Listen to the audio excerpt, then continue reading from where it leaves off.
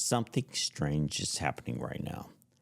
There's a lot of people that feel it, even if they can't quite put words to it. People are being told who they're allowed to be friends with, not based on character, not based on how someone treats others, but based on ideology. Who you talk to, who you stay connected to, who you refuse to cut off. Somehow, friendship itself has become a moral offense. And the question I keep coming back to is this: when did disagreement become disqualifying? Because that's new and it's not healthy. Let me be clear about what I'm not talking about. I'm not talking about setting boundaries with abusive people. I'm not talking about protecting yourself from real harm. I'm not talking about excusing destructive behavior.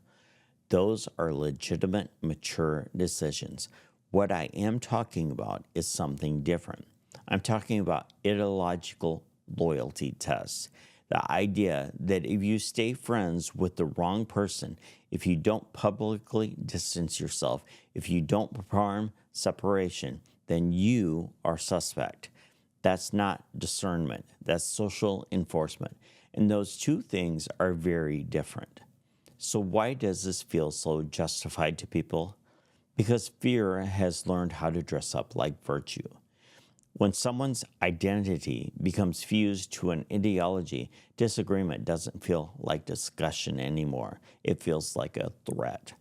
And when people feel threatened, they don't seek understanding. They seek control. Isolation starts to feel comforting. Certainty becomes addictive. Complexity becomes intolerable.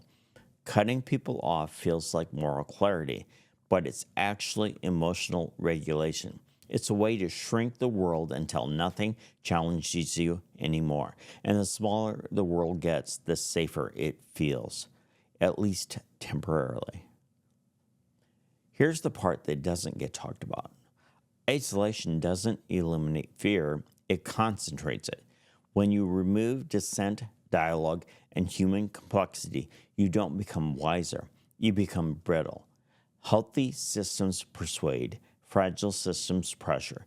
Healthy beliefs can tolerate questions, fragile identities cannot. And this pattern isn't new. Anytime human beings try to manage anxiety through control, this is what it looks like. The irony is that the very thing people are trying to prevent, harm, extremism, and division, becomes more likely the more isolated and morally sorted everyone becomes. You don't build resilient people by keeping them unchallenged. This is where the contradiction shows up. The same people who insist they are being logical and rational often refuse dialogue entirely. Certainty is mistaken for intelligence, intensity is mistaken for truth, consensus is mistaken for logic. But logic invites scrutiny and truth survives questions. When someone won't allow disagreements, they're not protecting truth, they're protecting identity. And once identity is on the line, reason becomes negotiable. That's not progress, that's regression. And here's the part we need to be honest about.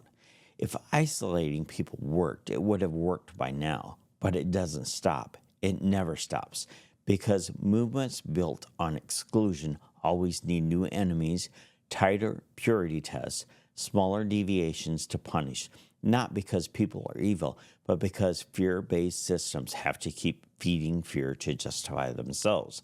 So what do we get instead? Lonelier people, more fragile communities, less trust, more suspicion. Societies don't fall apart because people disagree. They fall apart when disagreement becomes moral contamination. There is another way. It's quieter. It doesn't trend. It doesn't perform well online.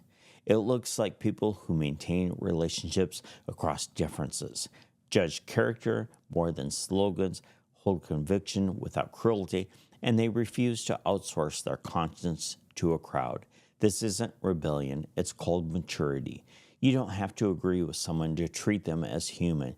You don't have to surrender conviction to remain connected.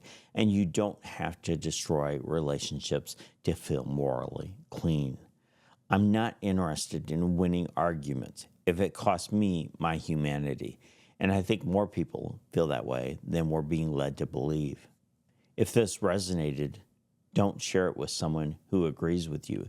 Share it with someone who doesn't. That's where real conversations still live.